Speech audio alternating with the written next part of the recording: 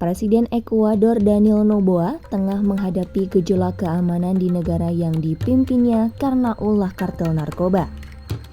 Noboa menyatakan perang terhadap kartel narkoba yang sudah melakukan serangkaian tindakan kekerasan, pembunuhan, dan penyanderaan.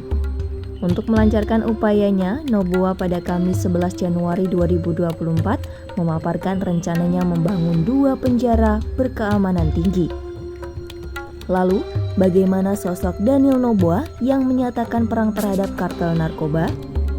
Setelah terpilih dalam pemilihan umum pada Oktober 2023, Daniel Noboa menjadi presiden termuda dalam sejarah negara Ekuador. Menurut AFP, Noboa mendapatkan 52% suara dalam pemilu, mengalahkan Luisa González yang mendapat dukungan dari mantan presiden periode 2007-2017, Rafael Correa. Di hadapan para pendukung, González mengakui kekalahannya dan mendesak Noboa untuk memenuhi janji kampanyenya. Sedangkan Noboa mengaku akan mulai bekerja untuk membangun kembali negara yang telah dilanda kekerasan, korupsi, dan kebencian. Pemilu Ekuador berlangsung dengan latar belakang lonjakan kejahatan yang dipicu perdagangan narkoba. Hal ini membuat Ekuador menjadi salah satu negara paling kejam di kawasan Amerika Latin. Tercatat, tingkat pembunuhan di negara ini berada di peringkat keempat mengalahkan Meksiko. Bahkan, kampanye diwarnai kekerasan termasuk pembunuhan kandidat Presiden Fernando Villavicencio pada siang hari saat ia meninggalkan acara kampanye pada Agustus lalu.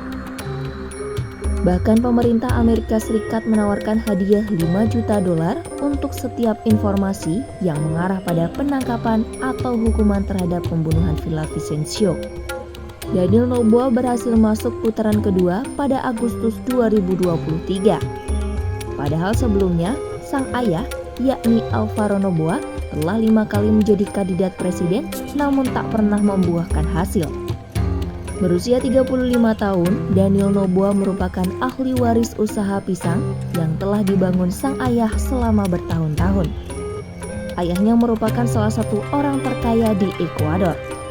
Pada 2021, Noboa berhenti dari pekerjaannya karena terpilih menjadi anggota legislatif nasional.